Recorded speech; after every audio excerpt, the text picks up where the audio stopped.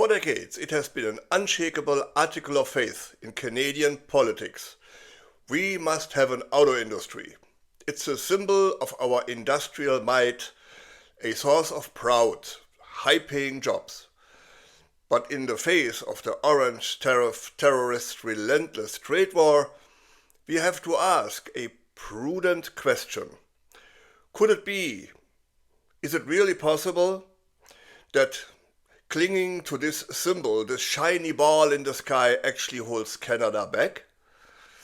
What if the constant billions of subsidies, the frantic negotiations and the political hand-wringing are signs that we are fighting for a past that is already gone? And what if by letting go we could unlock a future that is far more prosperous and secure? Today we are not just talking about tariffs, trade disputes, or even kicking Canadian auto industry to the curbs. No, we're asking a fundamental question about what kind of economic Canada should we build for the 21st century. So you've heard some strong words from politicians on this, but what can Canada really do? Well, let's get a reality check from Ian Lee, an associate professor at Carleton University's Sprott School of Business. So Ian, you feel this could mark the beginning of the end for Canada's auto manufacturing industry. Why? I do, and I don't have any dog in this hunt. Don't consult with any of these parties whatsoever. I was profoundly influenced by the late brilliant visionary Sergio Marchionne, the late Windsor native, Windsor, Ontario, and the CEO of Fiat Chrysler. And he talked incessantly in the years before he very sadly passed away from cancer. He talked about the changing auto industry in the world. He said, look, it's always been capital intensive, but it's becoming much more capital intensive. The amounts are becoming gargantuan. The R&D is going through the roof because of the need for autonomous vehicles and EVs. He actually went so far as to say the world auto market cannot support 10 giant auto companies. The market isn't big enough. They got to consolidate. So taking from that point, and you look at this, Canada can only survive if we have access to a very large market. And there's only 3 very large markets for autos. One's called China, one's Europe, and one's the US. And all 3, by the way, protect their manufacturing sector, including, most recently, the US. And so, unless Mr. Trump reverses his decision, and it seems unlikely based on his track record, I think that those tariffs are here to stay. If they're here to stay, those cars are not economic, and those car companies will close those plants in the months and few years ahead and close them down. All right, let me ask you a couple of follow-up questions to that. First of all, I was thinking small countries that have what appear to be a thriving auto sector, and Sweden comes to mind. So if Sweden can have Volvo, why can't Canada have an auto manufacturer? That's a very good point. And Sweden they have a great big market. It's called the European Union. And they sell, I've been to Europe many times, and they sell, Volvo is huge in Europe. If you go on the Autobahn, for example, you can see Volvo trucks and Volvo cars everywhere. But again, the critical point in any industry, especially manufacturing, where the construction costs, one plant is $5 billion, just one auto plant.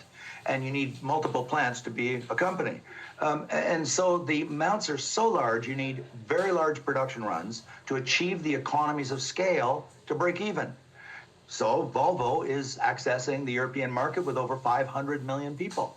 So they are doing what one must do to survive in that industry. We've only survived for the last 7 years since Autopac, when our industry was going down the tubes at the time, was doing very badly.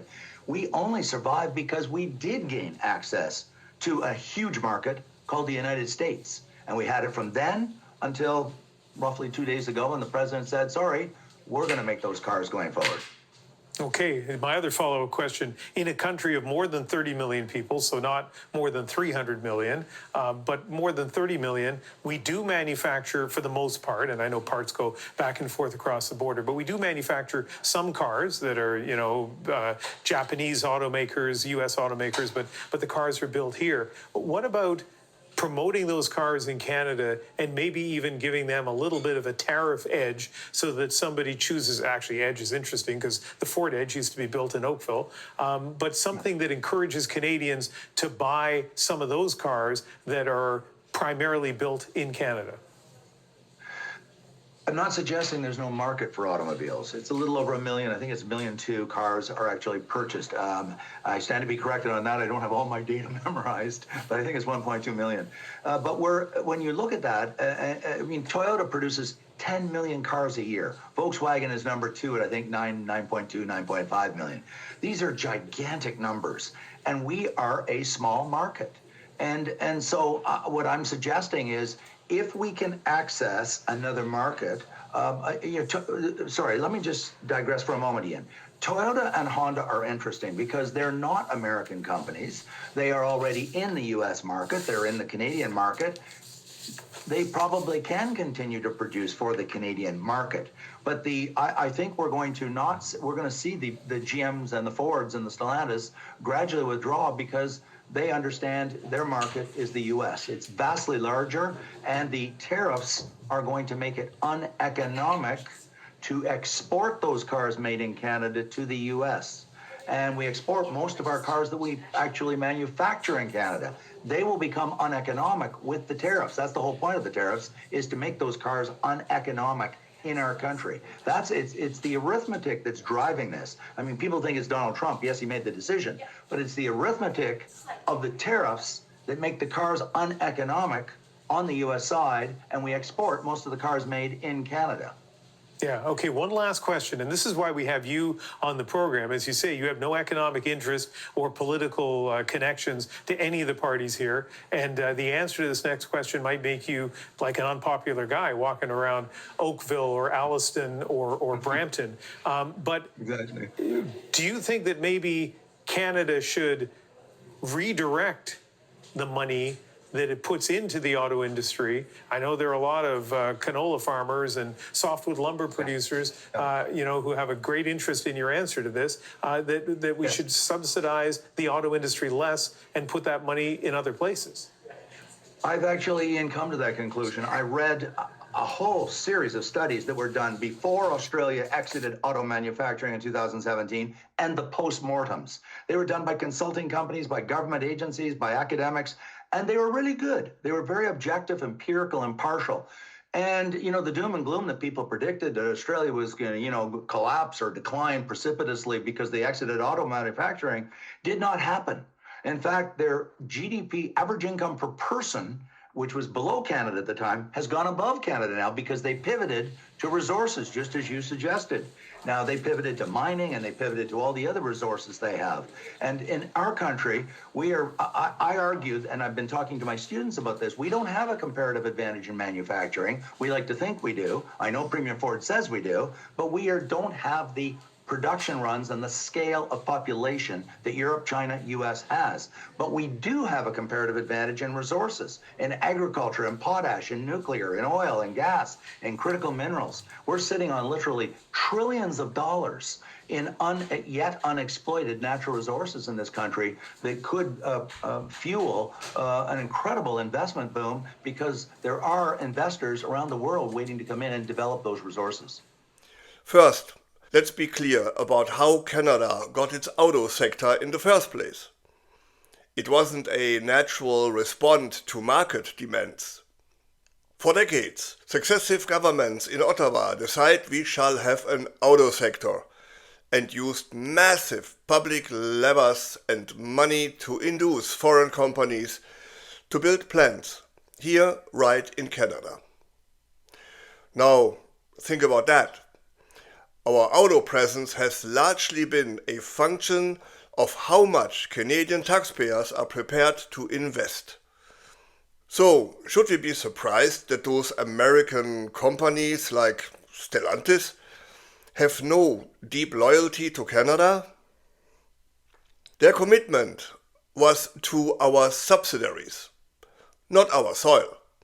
And now, the disaster administration has made its goal explicit. It's not a negotiation ploy, it's an industrial strategy. As one analyst put it, they want to pull capital and production, especially in the auto industry, from Canada and Mexico over the tariff wall into the US. The orange fascist gangster and his trade buffoon, Howard Lutnick, have been crystal clear. The future of auto manufacturing in North America can only be, has to be, in the United States. Canada might supply parts, Schatzky things, but the big one, the final assembly, the jobs, the value, all that belongs to them. This reality has created a perfect storm of bad investments. We went head over heels for an electric vehicle future, pouring an estimated $50 billion into battery plants and subsidies. It was a bet on an integrated North American market with the US consumer subsidies. But then the floor fell out. GM announces $1.5 billion in quarterly losses on RVs because US consumer demand isn't there. Why? Because Ding Dong Donny, the economic genius, cancelled the $7,500 tax credit for EV purchases, significantly shrinking US demands. Our entire EV strategy was built on a foundation that the orange idiot promptly dismantled. To make matters worse, we followed the US demand of placing tariffs on Chinese EVs, which backfired spectacularly by hurting our world-leading Canola sector. We sacrificed an established, thriving, competitive industry for a subsidized, political-driven industry that is now in chaos. So, what's the alternative? Well, we have a real-world case study. Australia. They made the conscious decision to see if their auto industry was profitable, could survive without government subsidies. When it was crystal clear that it could not, the Australian government did end supporting their domestic auto sector. By 2017, no cars were being built there. And guess what happened? Their economy did better than ever. The Canadian auto sector represents less than 1% of our GDP. It's not the backbone of our economy, not by any stretch. Phasing it out wouldn't be an economic collapse. It would be a strategic reallocation. So, if not cars, then what? Well, we need to ask, what does Canada have that the world actually needs and will pay a premium for? The answer is staring us right in the face. We are an energy, agriculture and mining superpower.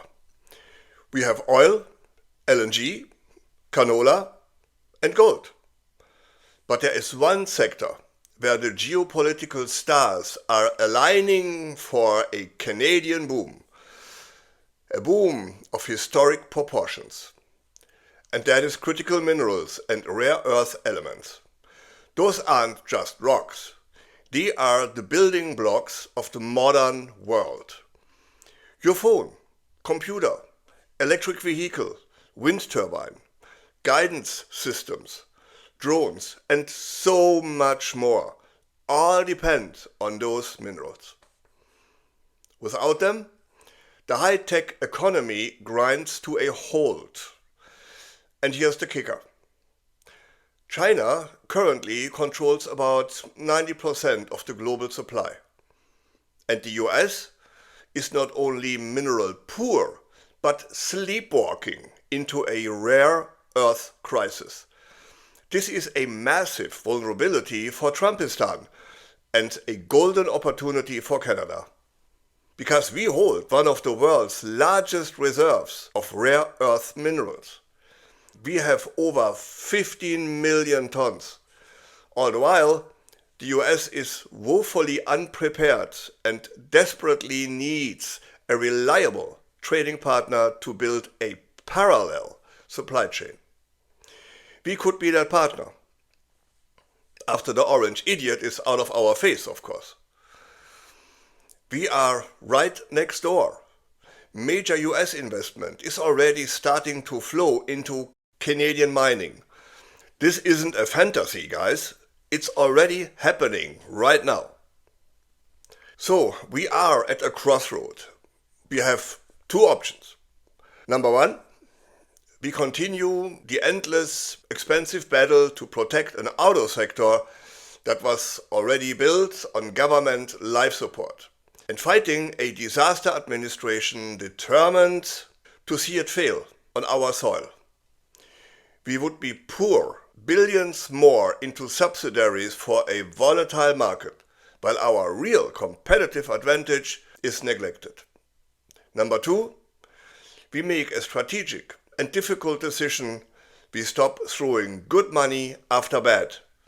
We learn from Australia and begin a managed, responsive transition for our auto workers, retraining them for sectors with real growth potential, like construction, energy, and advanced mining. And then we go all in on what we are truly best at.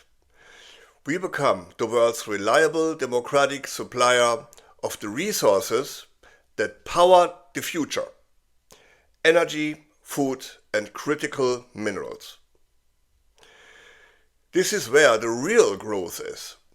This is how we build an economy that isn't depending on the whims of a fascist wannabe president who kicks human rights right in its face, but on the enduring value of what we pull from our own land.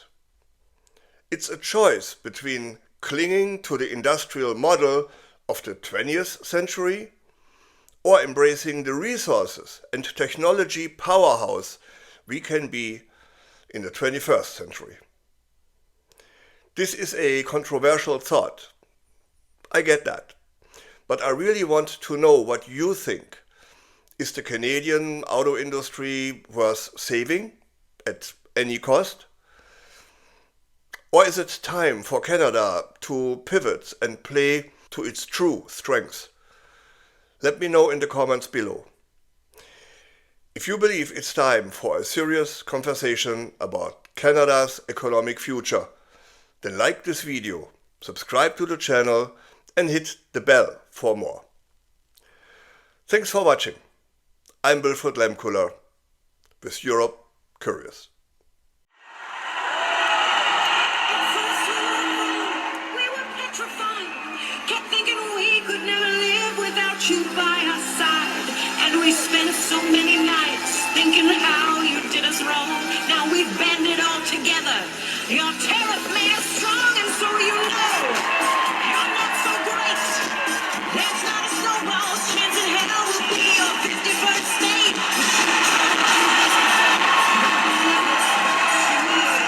We really need our resources for more than we need you, so now just go.